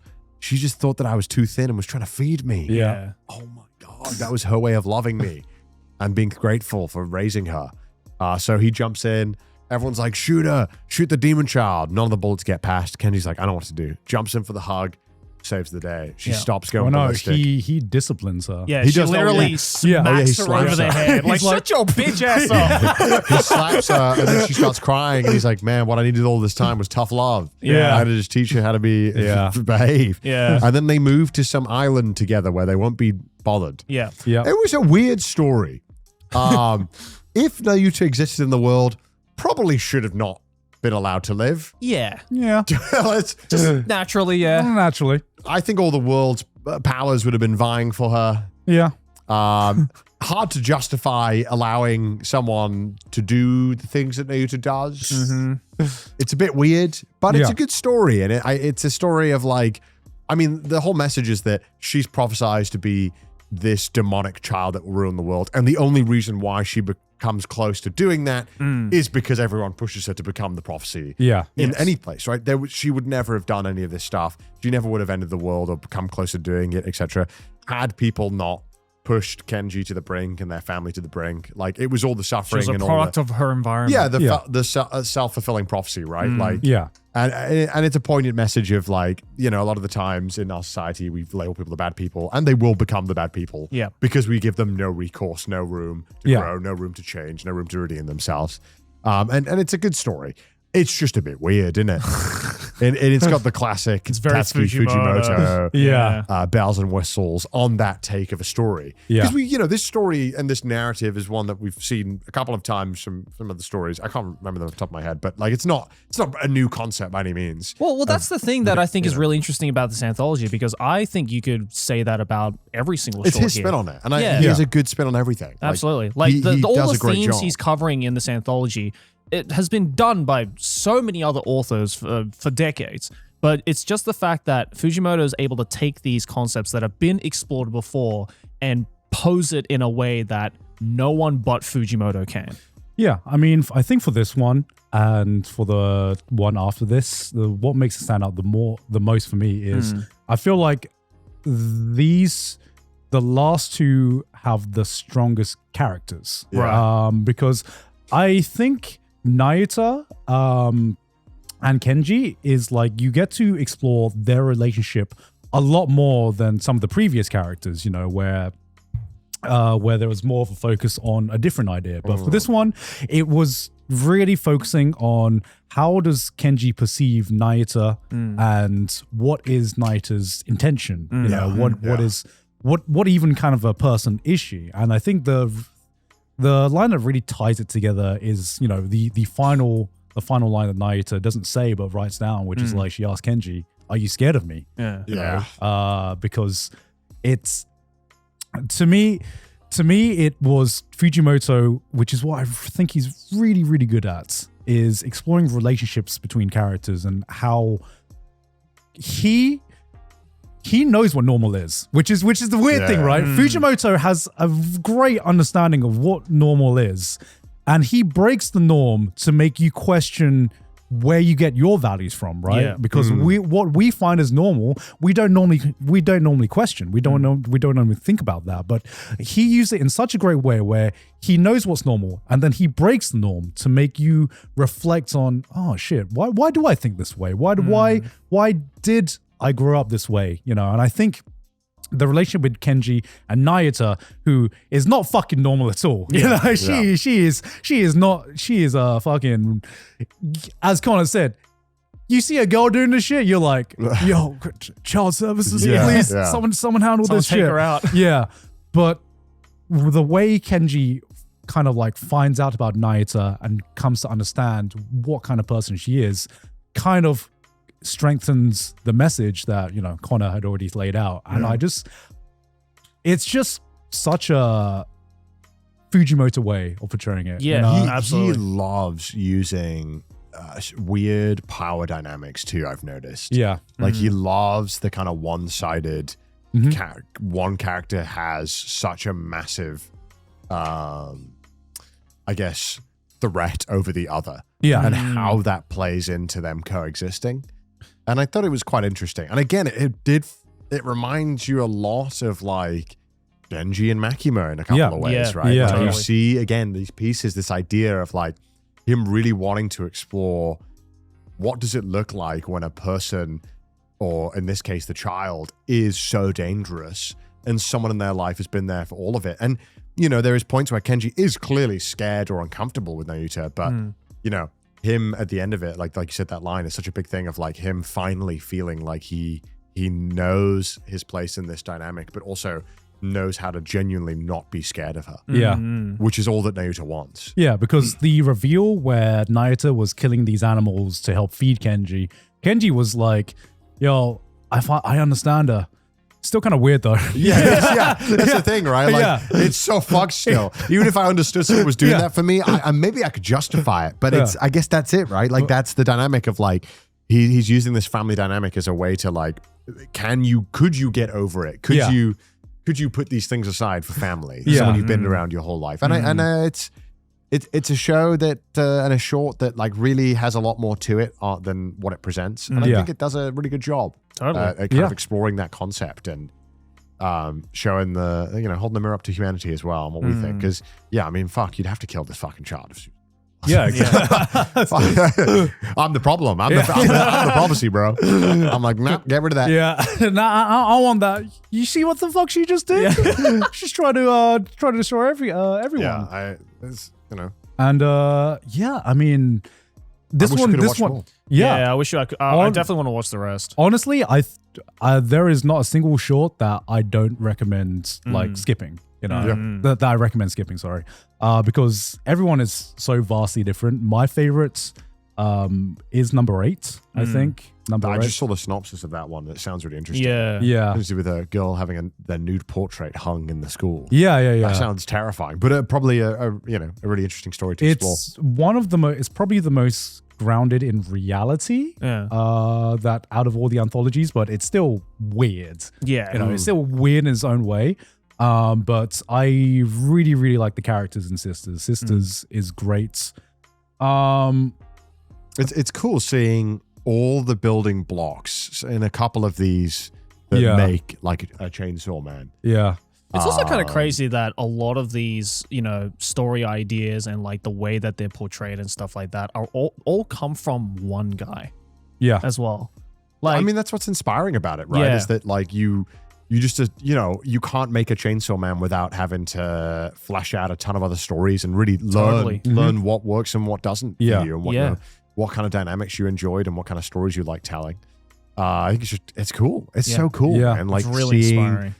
We don't get to often see that journey. Someone's gone. We often just see their pivotal works, not what got them there. And it's just like he's just at this point now where fucking everything he touches is just getting the top tier, not a single treatment. Miss. Yeah, you know, it's like obviously the Chainsaw Man movie that just came out, fucking absolute cinema. You know, this is this is a mangaka's dream of getting adapted, getting your work adapted to this quality. Absolutely. This is some of his fucking short stories they wrote when he's 17, and like this is some top tier production values that look incredible. I mean, well, when I was watching it, I was like, yeah, these stories, like especially the first one, I was like, yeah, the story's like nothing to write home about. Yeah. But I think it's the weight of it being a part of this collection and being a part of his works that gives it the weight. Like if that was his debut work and that was the first thing we watched, we'd be like, that's cool.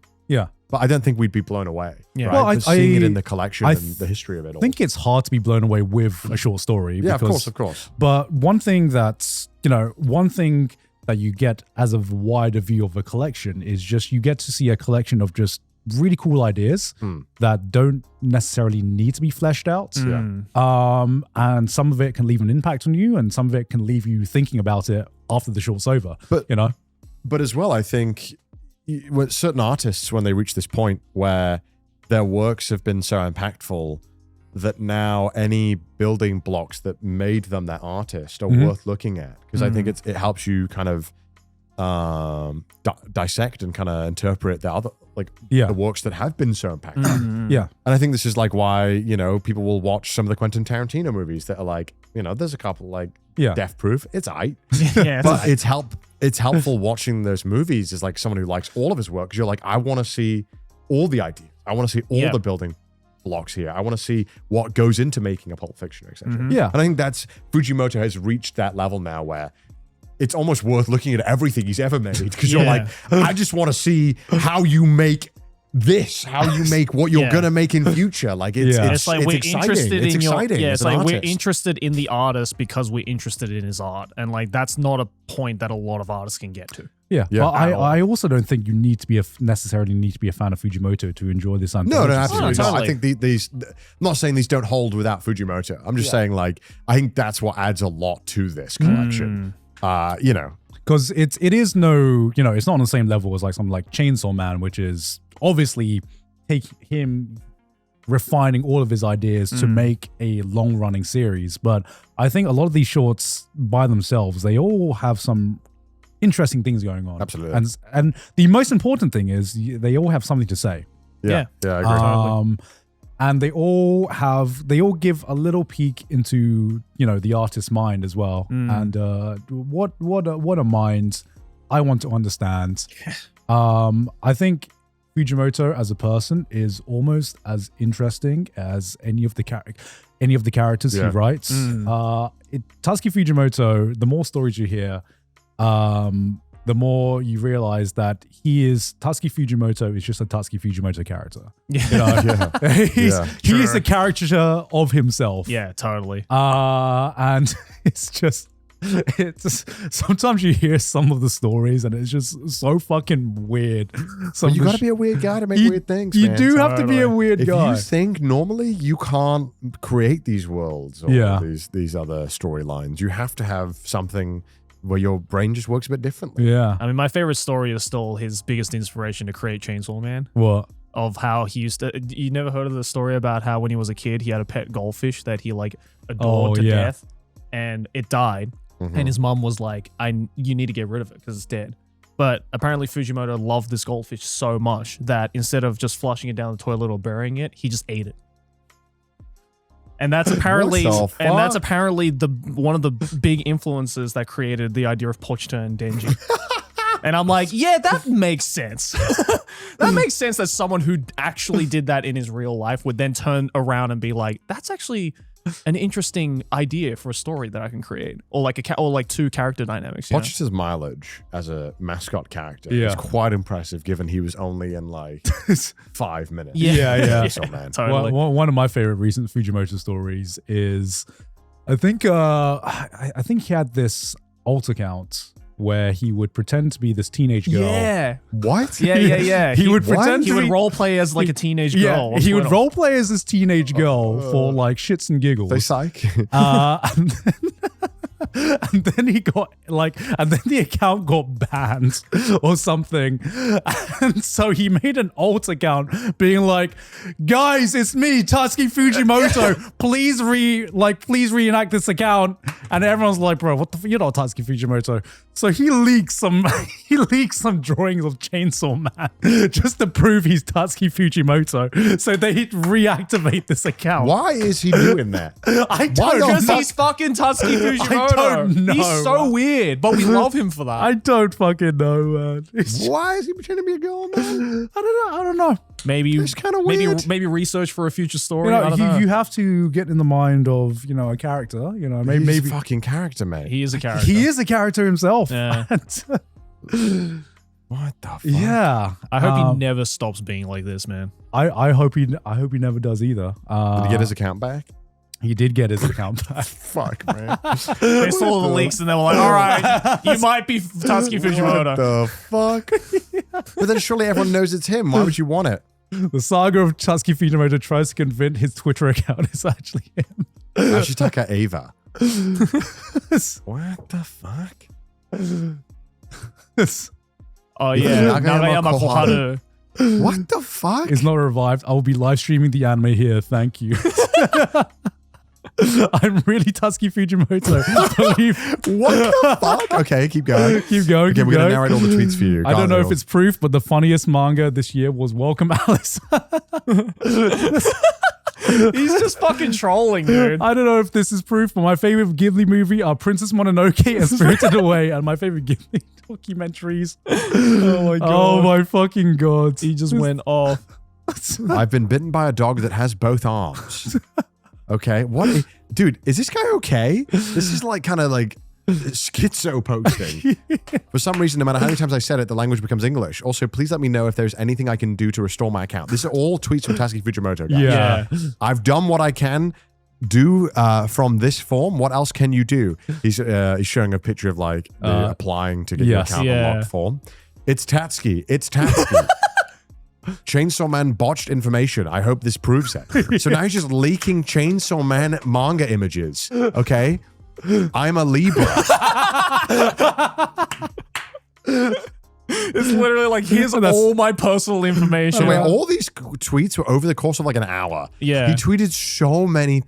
Is he good? No, he's not. No, he's not. But that's why he's kind of goated. I He's so fucking weird. I don't think you can be goated. I don't think you can write the stories he writes without being a little bit weird. Yeah, and totally. he definitely he definitely proves it. Yeah, he weird, bro. I love him. But yeah, What the heck? that was Tatsuki Fujimoto 17 to 26. Highly recommend it, even if you are not a Tatsuki Fujimoto fan. If you're just a fan of like anthologies and short stories, this is really, really good. And it's got a lot of talent adapting his work. I'll have to watch the rest. Yeah, shout out to the Nayuta episode as well, since I know since Kevin did the music for that. Kevin did the music for that? Yeah. Oh, did he? You didn't tell me that. Oh, fuck. I didn't know that. I hate That's why he's the GOAT. I hate the Kevins and everything. That's why he's the GOAT. God damn it. I didn't know he was in it. He didn't tell me. Kevin should tell us these things. He told me because he was like, this ain't even like the only short I'm going to be releasing this month. I'm like, what do you mean, Kevin? Fuck's sake, Kevin. It's just like cheeky fucking devil. It's just like fucking cheeky devil. You do Barn and you're like, yeah, but you know who I'm following you with? Tatsuki Fujimoto. I'm like, God fucking It's damn it, bullshit Kevin. how talented Kevin is, man. God damn It's it, so Kevin. annoying. It's so annoying because he's so cool. I know. Yeah. That's the worst part about Kevin is that he's so talented and he's so cool, and you're like, man, I'm not even as cool as him, and I have less talent. Yeah. This And fucker you're humble sucks. about it? Fuck you, Yeah, Kevin. and he's so humble, bro. We love you, Kevin. No, I hate you, Kevin. I hate you, Kevin. For, Oh, man. putting a mirror to myself and making me question my own life decisions. We've seen the Tatsuki Fujimoto Pikachu picture. Sounds familiar. Why does that sound familiar? Search up Tatsuki Fujimoto Pikachu. He posted this, and he made a song. Let me see. Oh no! What? It got taken Wait, down. search Search that one. Yeah, there we go. There. No. First one. First one. Look at this. Chainsawman author sings his favorite food. 好きな牛乳メグミルク好きな生クリーム好きな Dude, what is? ソフトクリーム I just need to know. Also, it's so funny because it's not it says Clefairy.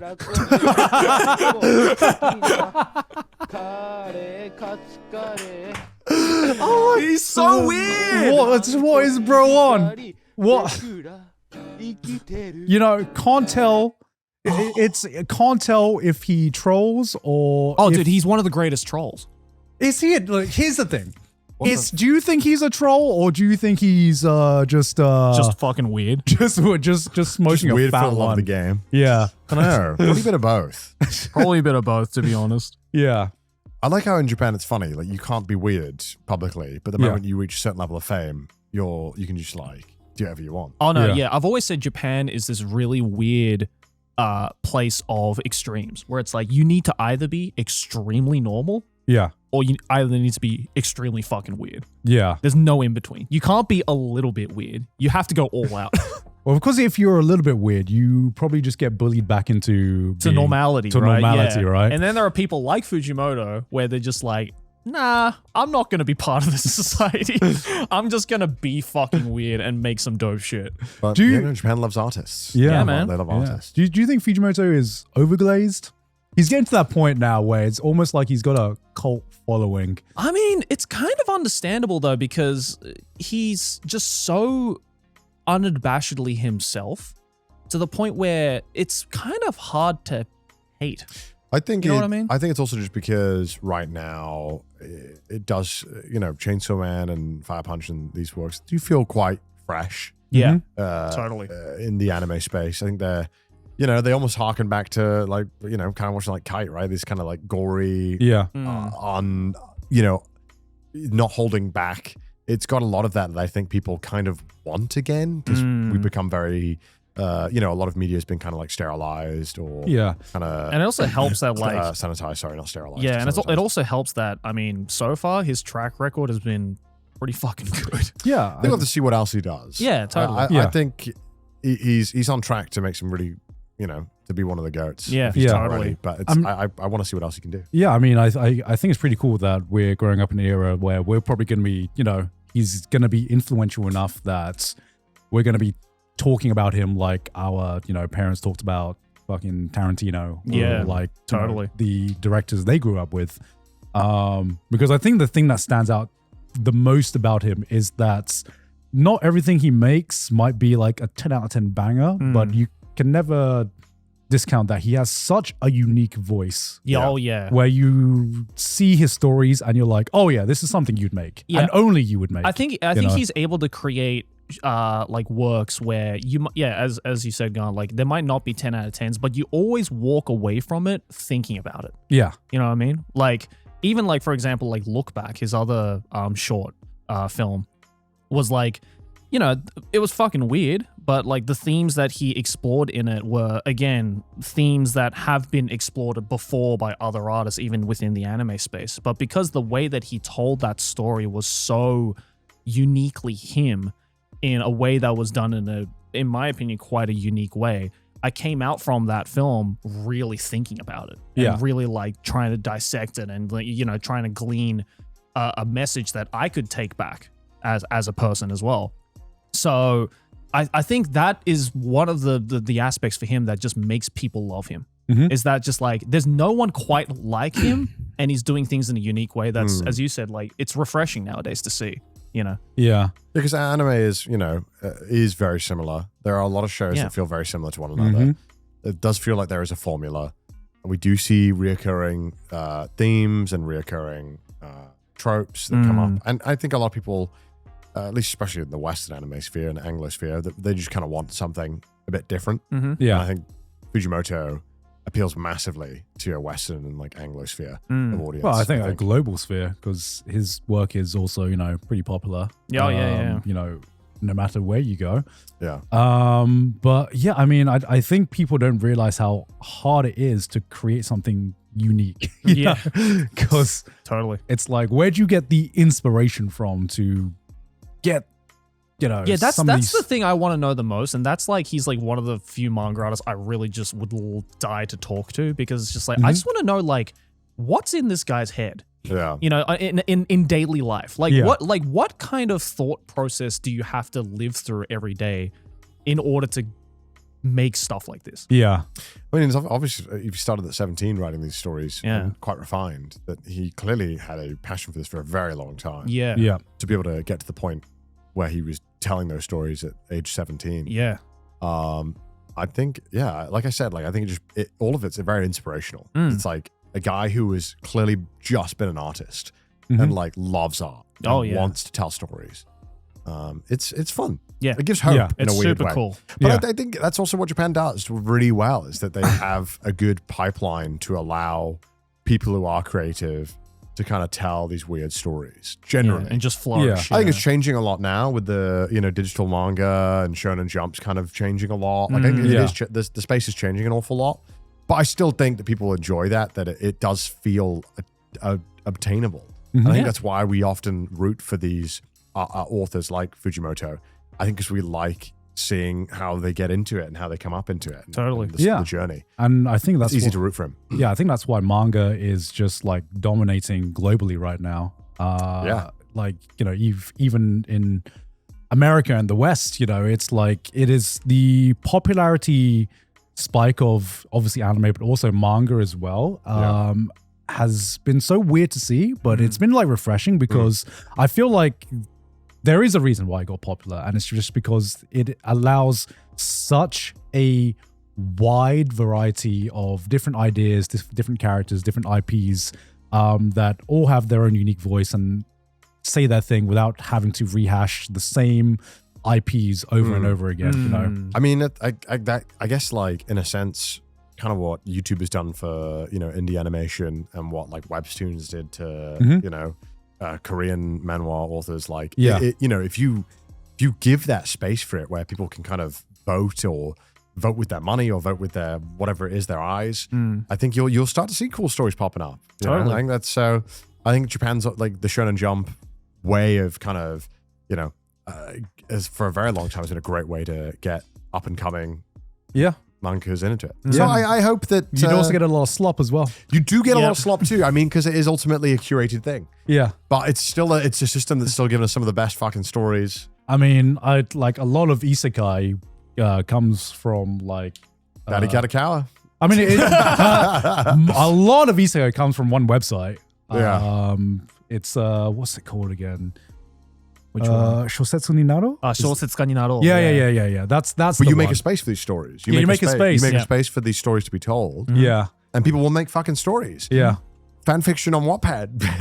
Yeah. 50 Shades Grey, bro. We get that shit. You know what I mean? Yeah. Like if you make spaces, then I think in a weird way that's kind of been what there are no shortage of aspiring like Western mangas who want to make manga, but I don't think there's ever really been a great space for it. I think only really with the emergence of online, it's kind of Well, even with like the difference in cultures where we have like Shosetsu ni Naro and like we the closest thing for us is like fanfiction.net, Yeah, we don't have Wattpad, anything. Yeah, we don't you have know, because we think like, no, we don't want to read that. We got these big things. Yeah, show where TV. it's the culture is around. Okay, let's make our own stories about characters and IPs that we already know about.